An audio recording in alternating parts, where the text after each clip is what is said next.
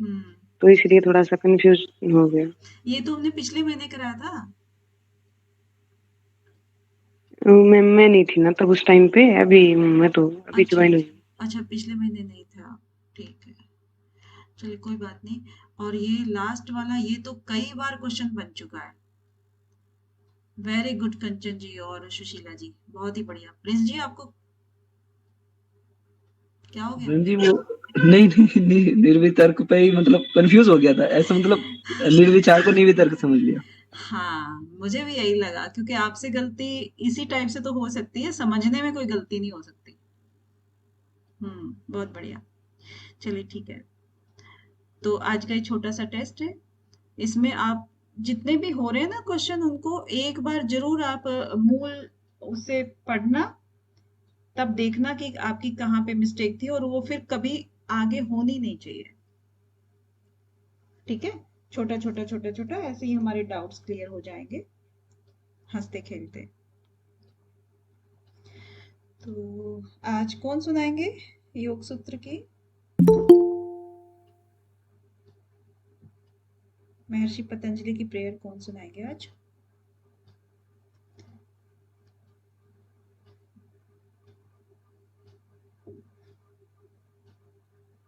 ज्योति जी या Shivani ji? Yes ma'am. Hmm, हाँ जी ज्योति जी, चलिए। Best of luck. वैसे बहुत बड़ा एग्जाम है? जी मैम। सुनाइए। Okay ma'am. योगेन चित्तस्य पदेन वाचा मलम शरीरस्य च वेदकेन योपाम करोने परवर मुनीनां पतंजलि प्रांजलि नानक तो अमी। आप ऐसे करना, इसी प्रेयर को 5 बार लिख करके और आपको ग्रुप में डालना है। ठीक है? ओके और मैम। इसकी वॉइस रिकॉर्डिंग भी पहले आपको लिखना है, उसके बाद इसको बोल के डालना है। ठीक है? क्योंकि जब भी बोलते ओके हैं ना मैम। यहाँ पे, बहुत सारे बच्चे बोलते हैं शुरू में, या मैं भी कई बार बोलती हूँ, तो आपको उसकी प्रोनाउंसिएशन में डिफरेंस पता लग जाएगा। शिवानी जी, शिवानी अंजल जी, हेलो। जी मैम। हाँ जी, तो आप प्रेयर करेंगी? मैम मुझे ठीक से याद नहीं है। ठीक से याद नहीं है? चलिए, और कौन करेगा? तो अपने आप से ही कर दो फिर, बाकी तो सब एक्सपर्ट हैं, I no.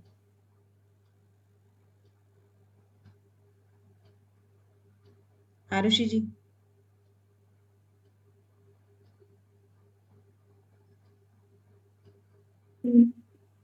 Good evening ma'am. Good evening. योगेन चित्तस्य पदेन वाचां मलं शरीरस्य च वैद्यकेन योपाकरोतं प्रवरं मुनीनां पतंजलिं परांजलिरान्तोऽस्मि। हम्म, थैंक यू। बहुत बढ़िया, बहुत सुंदर। ठीक है, तो जिनको प्रोनाउंसिएशन में थोड़ा सा लग रहा है, उसको थोड़ा सा देख लेना है। हम फिर मैम, हाँ जी। मेरे को लास्ट वाली लाइन में थोड़ा डाउट था, थोड़ा सा बता दो लास्ट वाली लाइन एक बार दोबारा से। अच्छा, ठीक है, बता दे रहे हैं। इसमें क्या कह रहे हैं कि प्रांजलि रानतोस्मि योगेन चित्तस्य पदेन वाचा मलम शरीरस्य च वैद्यकेन। ये पहली लाइन हो गई। योपा करोतम प्रवरम मुनीनाम, मतलब योपा करोतम, ये जिन्होंने किया, प्रवरम मुनीनाम, उन श्रेष्ठ मुनियों में श्रेष्ठ, मतलब सभी मुनियों में जो श्रेष्ठ मुनि है वो। योपा करोतम प्रवरम मुनीनाम पतंजलि, यानी कि वो पतंजलि के बारे में बात कर रहे हैं। प्रांजलि रानतोस्मि, प्रांजलि अंजलि बद्ध होके हम प्रणाम करते हैं। अंजलि बद्ध कब करते हैं? हाथ जोड़ करके। ठीक है? ठीक है Jyoti ji? Yes ma'am. Okay, चलिए ठीक है, हम ये आगे बढ़ते हैं। रिकैप एक बार ले लेते हैं, जिसको जिस सूत्र में प्रॉब्लम होगी तो वो वही रोक देना, नहीं तो हम सिर्फ पढ़ते जाएंगे, ठीक है। तपः स्वाध्याय ईश्वर प्रणिधानानि क्रियायोगः समाधि भावनार्थ कलेश तनुकरणार्थश्च अविद्या अस्मिता राग द्वेष अभिनिवेशा कलेशा। देखिए यहाँ से कलेश शुरू हो गए ना, कि इन्होंने पहले कहा कलेश, कलेश के बाद ये कलेशों के नाम बता दिए गए हैं, और उसके बाद अविद्या क्षेत्रम उत्तरेशाम प्रसुप्त तनु विच्छिन्न उदाहरणाम। अविद्या को बता दिया है कि ये जन्म भूमि है, और ये जो कलेश हैं वो 4 अवस्थाओं में रहते हैं, प्रसुप्त तनु विच्छिन्न और उदार।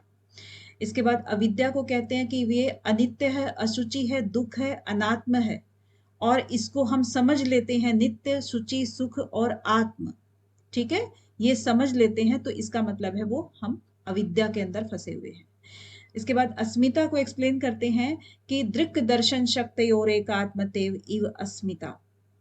इसके बाद सुख अनुशयी रागः, दुख अनुशयी द्वेषः, स्वरसवाही विदुषो अपि तथा आरूढ़ो अभिनिवेशः। तो ये अभिनिवेश तक ये कहने के बाद, यानी कि कलेशों को इन्होंने एक्सप्लेन कर दिया है, उसके बाद ये कहते हैं कि इनके ऊपर काम कैसे किया जाए। कलेश जब तक रहेंगे तब तक हमारा जन्म जन्मांतर तक हम इसी संसार सागर में फंसे रहेंगे, जन्म लेते रहेंगे, मरते रहेंगे, तो इनको हम कैसे खत्म करें। तो कहते हैं कि ते प्रति प्रसव, जब जन्म ही ना लेना पड़े वो काम हम करें, उसके द्वारा हम इसको सूक्ष्म कर सकते हैं। फिर ये करेंगे कैसे, ध्यान हेयास तद्व्रतया, उसको ध्यान के द्वारा हम कर सकते हैं। फिर ये कलेश जो होते हैं, इनका जो मूल है, कलेशों का मूल क्या है, कर्माशय। कर्माशय जो होता है वो कैसे होता है, जो दृष्ट और अदृष्ट, यानी कि वर्तमान और भविष्य में वो जन्म वेदनीय होता है, यानी कि दुख का कारण बनता है। इसके बाद है सती मूले, यानी कि इसका मूल जो होता है, जब तक वो फल देता रहेगा, विपाक करता रहेगा, जब तक कि कैसे करता रहेगा, जाति आयु और भोग के रूप में वो फल देता रहता है। फिर ये फल किस प्रकार के होते हैं, देखिए एक बात से दूसरी बात निकल रही है ना, हर चीज से हर चीज निकल रही है। इसके बाद ते हलाद परिताप फला पुण्य पुण्य हेतुत्वात्, और वे जो हैं कलेश जो थे वो हर्ष देने वाले, यानी सुख देने वाले और दुख देने वाले फल होते हैं, जो पुण्य और अपुण्य कर्मों के हिसाब से हमारे कर्माशय के अंदर जमा हो गए थे। अब आते हैं 15वें सूत्र से। यहाँ 14 सूत्र तक आप एक छोटा सा वो कॉलम टाइप के बना सकते हो कि हमने इतने इतने ऐसे ऐसे करके हमने याद करने हैं। यहाँ तक हम कलेशों की बात कर रहे थे, 14 सूत्र तक, ठीक है, कलेशों की बात कर रहे थे।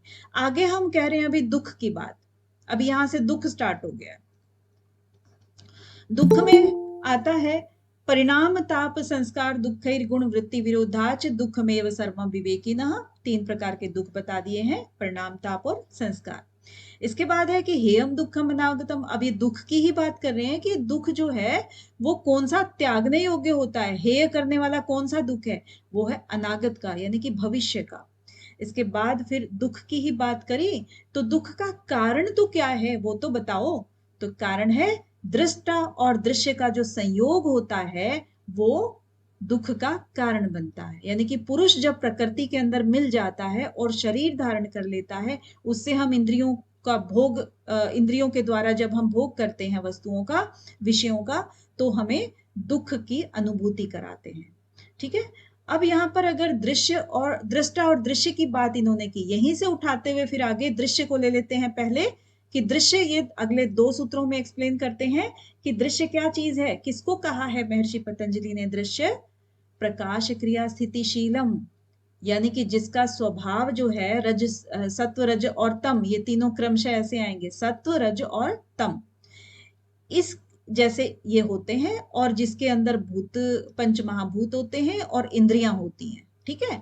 और वो कारण, उसका प्रयोजन क्या होता है, प्रकृति का भोग कराती है वो, क्योंकि सब चीजें हुई ना, इंद्रियां भी हुई उसमें और सब चीजें हुई, ये सब नेचर हो गए उसके, तो वो भोग भी कराती है जो भोगी लोग होते हैं, और जो इस संसार में मोक्ष प्राप्त करना चाहते हैं उनके लिए वो अपवर्ग का कार्य करती है, ठीक है। तो 2 इसके प्रयोजन हो गए हैं। इसके बाद फिर आगे ये कह रहे थे ना यहाँ पे 18 में कि ये प्रकृति ये कार्य करती है, तो प्रकृति के बारे में अब कह रहे हैं कि प्रकृति एक्चुअली है क्या चीज जो ये कार्य कर रही है। तो उस प्रकृति को इन्होंने बांटा है विशेष अविशेष लिंग मात्र लिंगानी गुण परवाणी, यानी कि जब तक गुणों की एकदम अंत अवस्था तक आ जाती है वहां तक इन्होंने इसको 4 भागों में बांट दिया है, विशेष अविशेष लिंग मात्र और लिंगानी। ठीक है, 4 भागों में बांटा है। और आई होप सबको ये चारों के चारों भाग, इसके अंदर के जो पार्ट्स हैं वो सब याद हो गए होंगे। इसके बाद आता है 20 और 21 में पुरुष की व्याख्या, यानी कि दृष्टा की व्याख्या। ठीक है ना, पहले हमने प्रकृति की यानी कि दृश्य की व्याख्या की थी, अब दृष्टा की कर रहे हैं। तो दृष्टा क्या बताया था इन्होंने कि दृष्टा जो है वो दृष्टा है दृशी मात्र, यानी कि वो केवल दृशी मात्र है,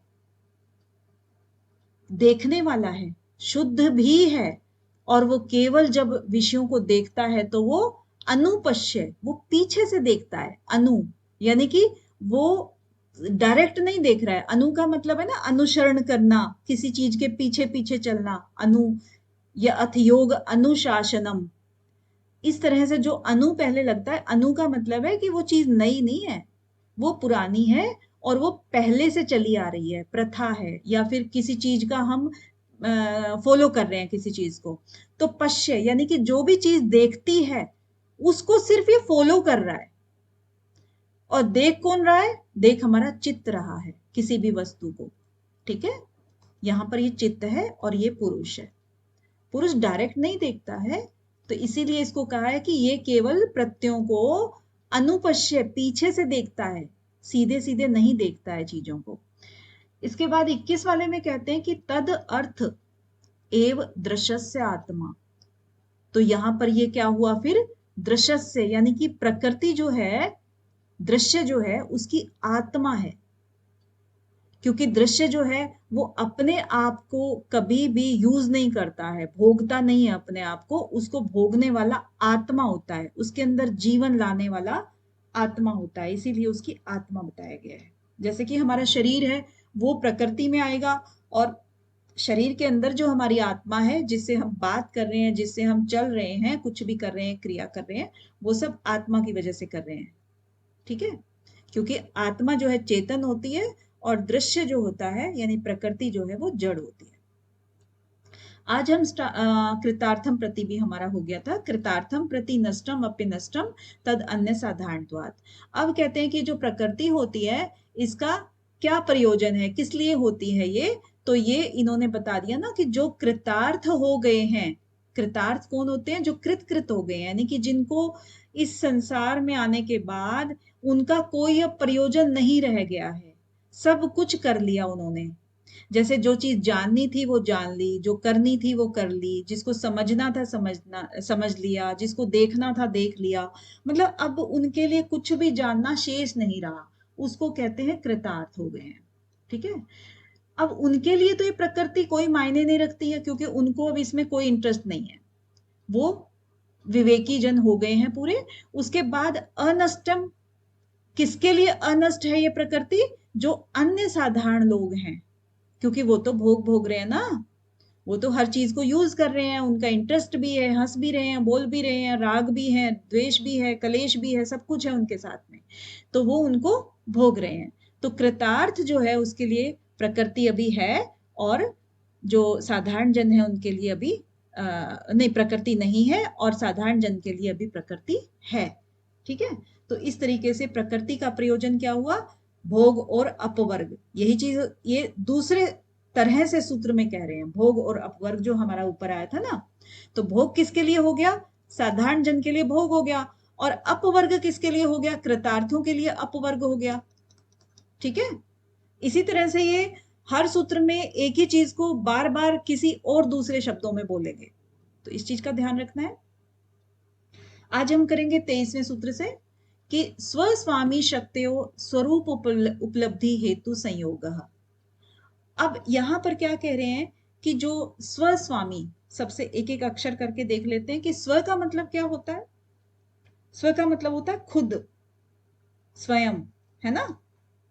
तो स्वयं स्वस्वामी यानी कि खुद का जो स्वामी हुआ, अब यहाँ पे लगता है कि स्व का मतलब अगर हम शुरू में बहुत जल्दबाजी करके अगर हम अर्थ निकालने की कोशिश करें तो स्व का मतलब हम क्या जानेंगे, यहाँ पर पुरुष से जानेंगे, है ना।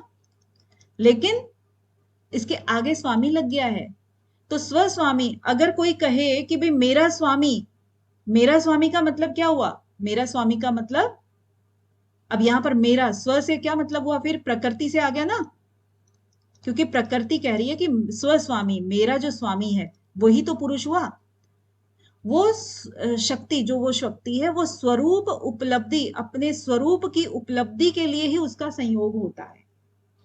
तो इस चीज को थोड़ा सा और खोल के हम पढ़ते हैं, क्या कह रहे हैं कि जो चेतन है, पुरुष है, और जो प्रकृति है, जो दृश्य है, उसका संयोग होता है, वो स्वरूप, अपने स्वरूप यानी कि अपने रूप के ज्ञान के लिए ही होता है।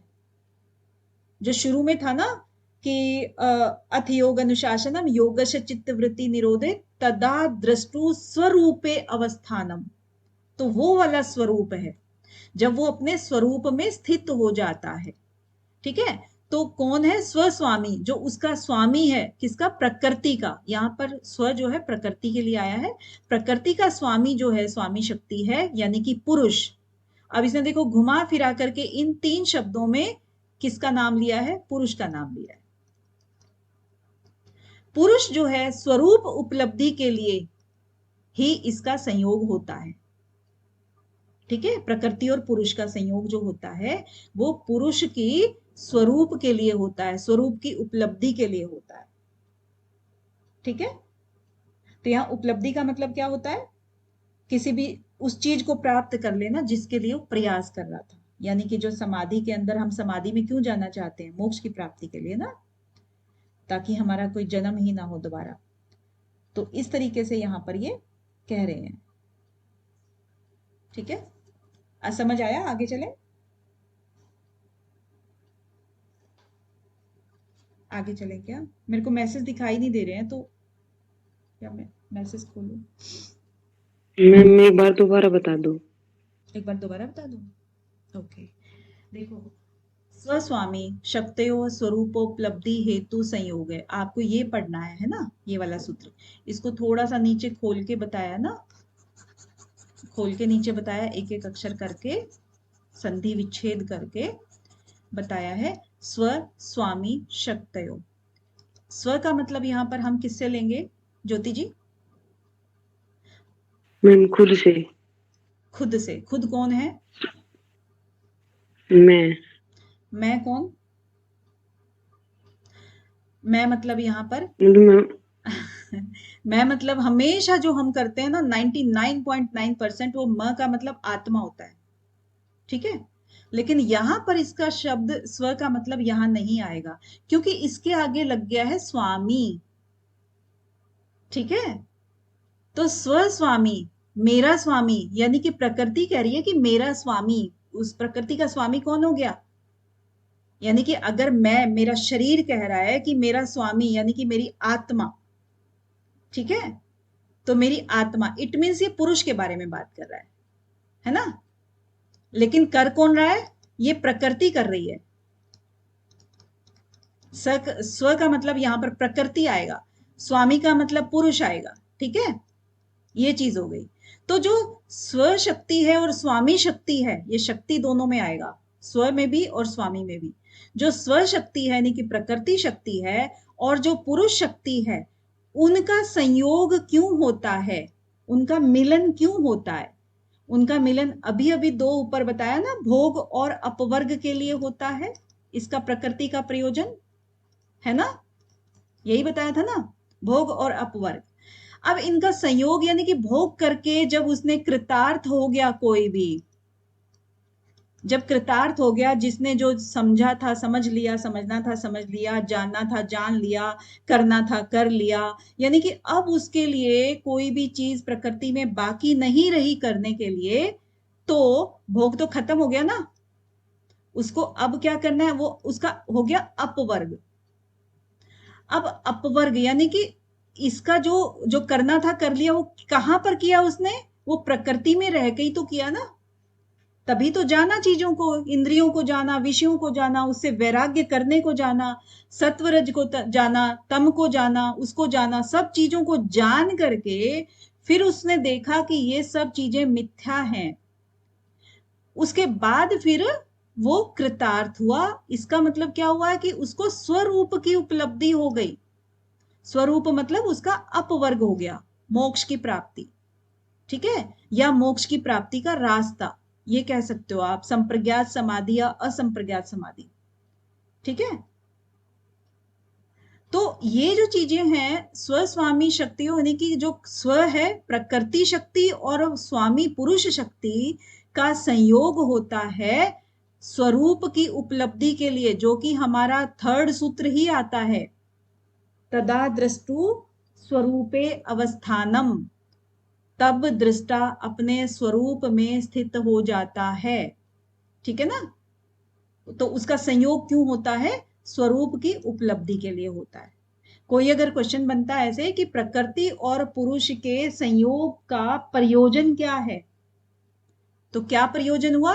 स्वरूप की उपलब्धि, ठीक है ना, ये इसका आंसर आ जाएगा। ठीक है ज्योति जी, आगे बढ़े ज्योति जी या किसी और को? ओके, क्लियर हो गया। क्लियर हो गया, ठीक है। चलिए 24 है तस्य हेतुर विद्या। अब यहाँ पर आपको देखने से लग रहा होगा, देखिए जो न्यू है ना उनको थोड़ा सा और मैं डिटेल से, क्योंकि यहाँ पर देखने से लग रहा होगा कि विद्या है, कि उसका जो हेतु है तस्य हेतु विद्या, उसका जो हेतु है, उसका जो कारण है वो विद्या है। जबकि यहाँ पर र जो लगता है ना, ये वाला र, ये लगता है यहां से, देखिए इसको संधि विच्छेद किया हुआ ना, इस तरीके से र लगा है ये, क्योंकि दो शब्दों को जब हम मिक्स कर देते हैं तो बीच में ये र आ जाता है, ठीक है। तो तस्य हेतुर अविद्या है ये। तो इसका कारण क्या है? हेतु का मतलब, क्योंकि कई बार रिपीट हो चुका है हेतु हेतु हेतु हेतु, तो आपको अब हेतु का मतलब समझ आ गया होगा कि हेतु क्या चीज होती है। हेतु का मतलब है कारण। तो उसका कारण क्या है? प्रकृति और पुरुष का संयोग जो है उसका कारण क्या है? संयोग क्यों हो जाता है? वो अविद्या के कारण। अविद्या, हाँ। हाँ, अविद्या के कारण संयोग हो जाता है। तो ये क्लियर है, इसमें कोई बात नहीं है, क्योंकि अविद्या से ही हम चीजों को गलत समझते हैं, सही को, जो अविद्या का हमने पीछे परिभाषा दी थी, अनित्य अशुचि दुख अनात्मसु, नित्य सुचि सुख आत्मख्यातिर अविद्या, ठीक है ना। इन सब चीजों को जब हम डिफरेंट तरीके से जानते हैं तो वो अविद्या है। इसके बाद देखिएगा 25वां, कि तद अभावात संयोगा भावो हानम तद दृश्य कैवल्यम। अब देखिए, जो दुख और दुख का कारण, चतुर्व्याध की वो एक वो चीज है ना, टर्म आती है, जो दुख, दुख का कारण, दुखों से मुक्ति और दुखों से मुक्ति का उपाय। चतुर्व्याध का मतलब 4 चीजें आती हैं, ठीक है। तो यहां पर दुख और दुख का कारण हम देख चुके थे, कौन से सूत्रों में देख चुके थे हम, और उनके सूत्र आपको याद करने चाहिए। यहां पर देखिए 16 और 17 सूत्र। दुख है हेयम दुखम अनागतम, ठीक है, और हे हेतु क्या चीज है? दुख का कारण क्या है? दृष्टा दृश्य संयोगो हे हेतु। अब इसके बाद नेक्स्ट आता है हान। हान का मतलब, आप इसको ना, इनकी हिंदी भी आपको याद करनी है। हान, हान का मतलब क्या होता है? दुखों से मुक्ति। जो हम दुख, इतने दुख ही दुख पढ़ रहे हैं, उस दुख से मुक्ति कैसे हो सकती है? तो ये इसके बारे में कह रहे हैं कि दुखों से मुक्ति जो है वो तद अभावात, जब इनका, किसका? तद अभावात, जब उनका अभाव हो जाता है। किसका अभाव? संयोग का अभाव हो जाएगा। तब अभावो हानम, जब उसका दुखों से भी अभाव हो जाएगा, और उसके बाद दृष्टा जो है वो दृश्य कैवल्यम, और उसकी क्या हो जाएगी? कैवल्य को प्राप्त हो जाएगा, ठीक है। इसका शाब्दिक मीनिंग ये हो गया। इसको थोड़ा सा और डिटेल से देख लेते हैं। यानी कि किसका? जो अविद्या थी, हम यहाँ पर किसकी बात कर रहे हैं? अविद्या की ना। ऊपर वाले सूत्र में हमने अविद्या की बात की, दुख की बात की, क्योंकि अविद्या के कारण ही हम दुख भोग रहे हैं।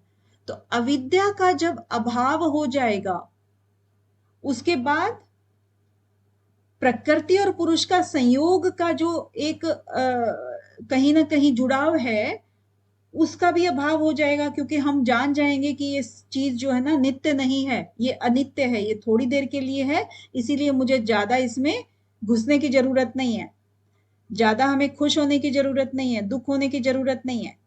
तो वहीं से फिर क्या होगा?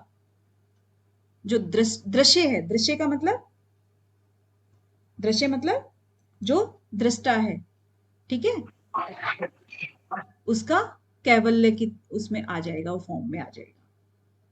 तो और थोड़ा सा देख लेते हैं यहाँ पर कि डिटेल से थोड़ा सा, कि तद भावात, वही बात है कि जो तद होता है, यानी कि जो हमने पहले उसमें कहा है कि अविद्या के कारण, उसके बाद उसका अभाव किया, और उसके बाद उसको जब एकदम अभाव जब हम अविद्या का कर ही देते हैं, तो उसका संयोग जो होता है उसका अपने आप ही वो हो जाएगा, वियोग हो जाएगा। संयोग का उल्टा हो जाएगा ना वियोग, हम अपना वैराग्य की तरफ आ जाएंगे। तो उस अविद्या को जब हम हटा देंगे, जो उसका मूल कारण था किसी भी चीज का, तो फिर हम उस चीज से, दुखों से मुक्ति पा लेंगे, यानी कि पूरी तरह से हम कैवल्य, तदृश्य, यानी कि जब देखने वाला जो है, देखने वाला कौन? पुरुष, वो फिर कैवल्य हो जाएगा, यानी कि केवल रह जाएगा। दृष्टा यानी दृश्य तो रहा ही नहीं उसके सामने।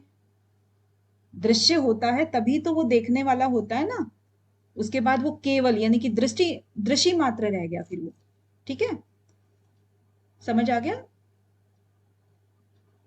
मैम मतलब कि जो पुरुष है वो कैवल्य की तरफ बढ़ जाता है, हाँ, ऐसा? पुरुष है ना, दृश्य जो है ना, दृष्टा जो है उसी की दूसरी वो है, फॉर्म है। दृश्य मतलब ये पुरुष ही है। जब पुरुष है वो कैवल्य की तरफ आ जाता है, क्योंकि क्या किया कि जो तद अभावात, किसका अभाव किया? अविद्या का जब हम अभाव कर देंगे, तो जाहिर सी बात है हमारे अंदर क्या आएगा? विवेक ज्ञान आएगा ना, विवेक ख्याति बढ़ जाएगी। चीजों को समझेंगे हम कि ये चीज कौन सी सच्ची है, कौन सी झूठी है, कौन सी नित्य है, कौन सी अनित्य है ना? इन सब चीजों को देखेंगे तो हमारा क्या होगा? तद हानम, यानी कि जो हान है, दुखों से मुक्ति अपने आप ही शुरू हो जाएगी ना। हम जब ज्यादा चीजों में घुसेंगे ही नहीं, भाव ही हमारे जब द्वंद्वों में जो फंसे हुए थे, वो द्वंद्व रहित हो जाएंगे। ना सुख दुख का हमें कोई भान रहेगा, ना हम कोई लाभ हानि की हमें चिंता होगी, ना हम टेंशन लेंगे। तो फिर जाहिर सी बात है हम थोड़ा सा तटस्थ होना शुरू हो जाएंगे उन चीजों से।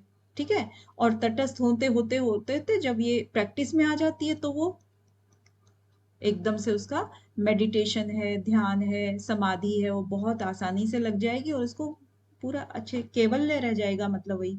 ठीक है ना, प्रकृति से बिल्कुल वैराग्य हो जाएगा। तो उसका दुख, जो दुखों से मुक्ति है, वो इस तरीके से होगी। फिर आगे कह रहे हैं 26वें में कि विवेक ख्यातिर अविप्लवा हानोपाय। उपाय क्या है इसका? उपाय देखिएगा, जैसे कि जो विप्लवा क्या होता है? विप्लवा होता है कोई भी बाधा हो गई या कोई कष्ट हो गया, इस तरह की चीजें होती विप्लवा। ठीक है, या अस्थिरता हो गई, और जब इसके आगे अ लग गया है, इट मीन्स क्या हुआ? इसका एकदम उल्टा हो गया, यानी कि एकदम निश्चल, कोई हलचल नहीं है, शांत है, एकदम से स्थिर है, ये सब चीजें हो जाती हैं। तो जब विवेक ख्याति, यानी कि जब साधक को सत्य और असत्य के बीच का ज्ञान हो जाता है, यानी कि प्रज्ञा जागृत हो जाती है, उसकी प्रज्ञा उसी को बोलते हैं ना फिर, तो प्रज्ञा जागृत हो जाती है, उसको, उसके जो फिर बुद्धि है वो एकदम स्थिर हो जाती है, निश्चल हो जाती है। वो कहीं ऐसा नहीं है कि मैंने कंचन जी की बात सुन ली तो मेरा मन कुछ और हो गया, मैंने ज्योति जी की बात सुन ली तो मैंने कुछ और मतलब समझ लिया, और मैंने सुशीला जी को सुना तो कुछ और समझ लिया। ऐसे ऐसे करके मतलब मेरा जो है ना माइंड जो है वो एकदम स्थिर रहेगा, मुझे क्योंकि सच पता है, कोई अपने अपने शब्दों में मुझे चाहे जो मर्जी बोल दे। ठीक है, तो उस तरीके से विवेक ख्याति की प्राप्ति हो जाती है, और हमारा ज्ञान जो है वो अविप्लव हो जाता है, यानी कि वो हिलता डुलता नहीं है, वेव नहीं करता है, निश्चल हो जाता है, शांत हो जाता है। तो वो इसका दुखों से मुक्ति का उपाय समझिए आप, ठीक है, हानोपाय, इसका उपाय से ये चीज ये घटित हो जाता है, या इसका फल भी बोल सकते हैं इसको, है ना। हमारी जो विवेक ख्याति है वो अविप्लवा हो जाती है, शांत हो जाती है, स्थिर हो जाती है। अब जो प्रज्ञा है हमारी विवेक ख्याति वाली 27वें में, वो क्या हो जाती है, प्रज्ञा, है ना, इसको हम प्रज्ञा भी बोल देते हैं विवेक ख्याति को, क्योंकि प्रज्ञा बुद्धि से ही रिलेटेड होती है, जिसकी पूरा विवेक ज्ञान जिसको प्राप्त हो गया हो वो प्रज्ञा। अब वैसी वाली जो प्रज्ञा हमें मिल गई जो कि एकदम से अविप्लवा है, निश्चल है और शांत है, स्थिर है, वो वाली प्रज्ञा, उसकी भूमि तस्य सप्तधा प्रांत भूमि प्रज्ञा, और वो जो है ना 7 प्रकार की भूमि वाली होती है, 7 प्रकार की भूमि वाली प्रज्ञा होती है, ठीक है। अब ये 7 प्रकार की कौन कौन सी हैं, ये महर्षि पतंजलि ने नहीं बताया है, लेकिन व्यास भाष्य में इसको थोड़ा सा एक्सप्लेन किया हुआ है, और समझ लेना वैसे ज्यादा जरूरी होता है मुझे लगता है। अदरवाइज वैसे तो क्या आ भी सकता है, क्योंकि बहुत सारे व्यास भाष्य के भी क्वेश्चंस आते रहे हैं, तो इसीलिए समझ ही लेते हैं इसको भी। तो जो हमने स्थिर विवेक ज्ञान की प्राप्ति की थी, वो वाली प्रज्ञा के जो 7 प्रकार की जो भूमि है वो कौन सी है, सप्तधा। पहले तो हम देख रहे हैं तस्य का मतलब क्या हुआ, तस्य का मतलब यहाँ पर प्रज्ञा से रिलेटेड है, ज्ञान से रिलेटेड है, ये जो अपने विवेक ख्याति से रिलेटेड है, ठीक है, ये वाले, ये सभी चीजें तस्य में आ जाती हैं। तो वो जो प्रज्ञा है वो सप्तधा, यानी कि 7, सप्त का मतलब 7, ठीक है, और धा का मतलब धारण करने वाली, धा का मतलब धारण करना, और प्रांत का मतलब होता है, प्रांत का मतलब कोई भी सीमा या किनारा, यही चीज बोलते हैं ना प्रांत को, कि भाई वो वहां तक इतनी चीजें, वो एक इतनी प्रकार की वो एक सीमा है उसकी, वहां तक वो उसकी ज्ञान उसको हो जाता है। और भूमि का मतलब है वही एक स्टेज है, एक अवस्था है, उस चीज को कह देते हैं। तो जो योगी है, जो उसकी अवस्था जो निश्चल हो गई है विवेक ज्ञान में, और उसकी जो भूमियां हैं उसको हम कैसे कैसे कहेंगे, जैसे कि एक तो हो गई ऐसे, हम यहाँ पे थोड़ा सा पहले हम ले लेते हैं 4 प्रकार की, क्योंकि 7 है ना, 7 में 4 प्रकार की तो एक हो गई, और 3 प्रकार की दूसरी प्रकार की हो गई। तो जो पहले 4 प्रकार की हैं उसको इन्होंने क्या बोला है, कार्य विमुक्त, कार्य विमुक्त बोला है अवस्था, ठीक है। और जो दूसरी 3 प्रकार की हैं उनको बोला है चित्त विमुक्त। अब इसको कैसे कहेंगे कि कार्य विमुक्त क्या है और चित्त विमुक्त क्या है। जैसे हमने ये कहा था कि भाई कार्य विमुक्त में कि कार्य से रिलेटेड होता है, कि जो करना था कर लिया, या जो पाना था पा लिया, इस टाइप से जो चीजें थी ना, कि जैसे जो जानना था जान लिया, अब कुछ भी जानना शेष नहीं है कार्य विमुक्त में पहले, ठीक है। एक चीज आ गई जो जानना वाला, जो जानना था जान लिया। और दूसरे नंबर पे क्या हुआ, कुछ भी जानना शेष नहीं रहा। और दूसरे नंबर पे क्या हुआ कि जो दुख जो चीजें हैं, या फिर जो विरक्त हो जाते हैं, या कुछ अपने त्यागना था हमें, सब चीजें जो हमने पाई थी, जो भी हमने त्यागना था वो सब त्याग दिया है, कुछ भी अब त्यागने योग्य बचा ही नहीं है, यानी कि हमने अपने पास कुछ भी नहीं रखा, सब कुछ हमने त्याग दिया, ठीक है। क्योंकि अपने पास रखेंगे तो फिर वो चीज के हम अंदर लिपते रहेंगे ना, जो कि भी त्यागना था वो त्याग दिया, ठीक है। सेकंड नंबर पे कार्य मुक्त, क्योंकि हमें कार्य करने थे, फिजिकली समझ लीजिए। और तीसरे नंबर पे आता है हमारा कि जो भी हमें पाना था पा लिया, जो भी पाना था वो पा लिया। क्या पाना था यहां पर हम देखेंगे तो यहां पर हमने कैवल्य को पाना था। ऐसा थोड़ी है कि हमने कोई और चीज पानी थी, विषय का कोई भोग करना था, वैसा नहीं है। हमने कैवल्य की प्राप्ति करनी थी, वो हमने कर ली है। कर ली तो इट मीन्स अब तो उसको वैसे ही कुछ नहीं चाहिए। अब चौथी जो है वो है कि जो करना था कर लिया, अब कुछ भी करना शेष नहीं है, करना शेष नहीं है अब। ठीक है, ये होगी कार्य करने, ये कार्य विमुक्ति, यानी कि हम हर कार्य से विमुक्त हो गए हैं। ठीक है, अब अगली जो 3 प्रकार की हैं वो चित्त विमुक्त की हैं, यानी कि अब वो शारीरिक ना होकर के वो चित्त से रिलेटेड है। सूक्ष्म की ओर हम चलेंगे थोड़ा सा, कि जैसे चित्त का जैसे होता है कि पूरा अधिकार होता है कि हर चीज को समझना है, कुछ करना है, सारे जो तत्व हैं पूरी तरह से हट जाते हैं, जितने भी बाहर के विषय होते हैं चित्त के ऊपर होते हैं। तो आपका जो था अपने चित्त के ऊपर पूरा अधिकार हो गया चित्ता विमुक्त में। ठीक है, एक तो पहले ये हो गया कि जो भी आपका चित्त के अंदर वृत्तियां थी, आपका चित्त पे अधिकार पूरा हो गया, आप अपने चित्त को जैसे मर्जी चला सकते हो अभी। ठीक है, तो इसको क्या कहते हैं, चित्त अधिकार प्रज्ञा कह देते हैं। सेकंड नंबर पे आपका आता है गुणातीत, यानी कि जो तीनों गुण आपके अंदर थे वो सब के सब अतीत हो गए हैं। गुणातीत का मतलब हो गया गुण अतीत, यानी कि सत्व रज तम सबके सब गुण आपके लिए अब भूतकाल का विषय बन गए हैं, आप उस स्थिति से ऊपर उठ चुके हो।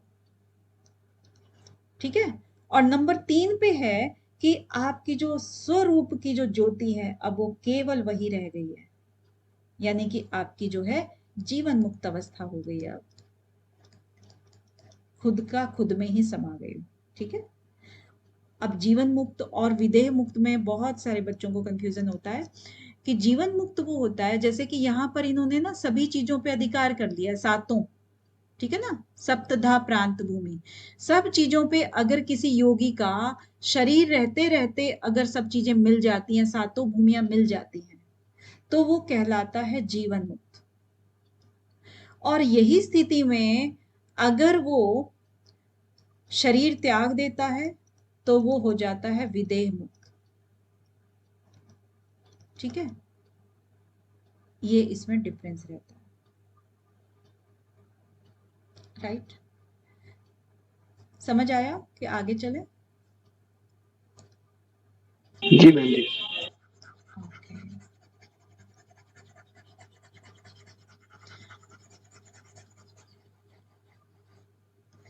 अब यहां तक देखिए 27 सूत्र तक आप फिर एक अपना एक कॉलम बना लीजिए। इससे पहले कहाँ का बनाया था, कितने सूत्र तक बनाया था आपने, कलेश जहां खत्म हो रहे थे, है ना? क्योंकि आप सीधे 55 तो एकदम से याद नहीं कर पाओगे ना, कि चलो थोड़ा थोड़ा आपको कहीं ना कहीं रिलेट करते हुए आगे बढ़ना है। तो आपने एक कॉलम बनाया था, कहाँ तक बनाया था, 14 पे। ठीक है, फर्स्ट टू 14, और 14 से लेकर के आगे आपको बनाना है दूसरा कॉलम 27 तक। ठीक है, क्योंकि यहां तक हमारा एक छोटा सा वही बात है ना कि हम छोटी छोटी चीजें लेके चल रहे हैं, तो एक विषय, एक टॉपिक हल्का सा खत्म हो रहा है 27 तक। उसके बाद हमारे जो आते हैं 28, योग अंग अनुष्ठानाद अशुद्धि क्षय ज्ञान दीप्तिरा अविवेक ख्याते। अब यहां पर इसको हम कल करेंगे क्योंकि थोड़ा सा अलग हटके टॉपिक आ रहा है। क्योंकि यहां तक हमारा क्या था, जो मध्यम प्रकृति के साधकों के लिए था ना, क्रिया योग, है ना, क्रिया योग से हमने स्टार्ट किया था। उसके बाद उसी के अंदर हमने कलेश देखे, उसी के अंदर हमने अविद्या देखी, और हमने दुख देखा, ये सब देखा। ठीक है, और अब जो मध्यम के बाद कौन सा आता है, बताइए। हाँ, कौन सी कैटेगरी आती है? मैम अष्टांग योग क्या? निम्न कैटेगरी, निम्न प्रकार के साधकों के लिए बताया गया है अष्टांग योग। जी मैम। ठीक है, तो यहां पर ये अष्टांग योग शुरू हो रहा है असल में, तो इसमें थोड़ा टाइम लगेगा क्योंकि अष्टांग को थोड़ा सा और एक्सप्लेन करना है, फिर यम नियम वगैरह सब है ना, तो नए सिरे से ही थोड़ा टाइम लेके शुरू करेंगे। तो इसके बाद, इससे पहले कि सब लोग ये बता दें कि इनमें अभी तक कोई दिक्कत तो नहीं है, किसी में कोई और पूछना है किसी इसमें, फिर हम रीड कराएंगे रीडिंग।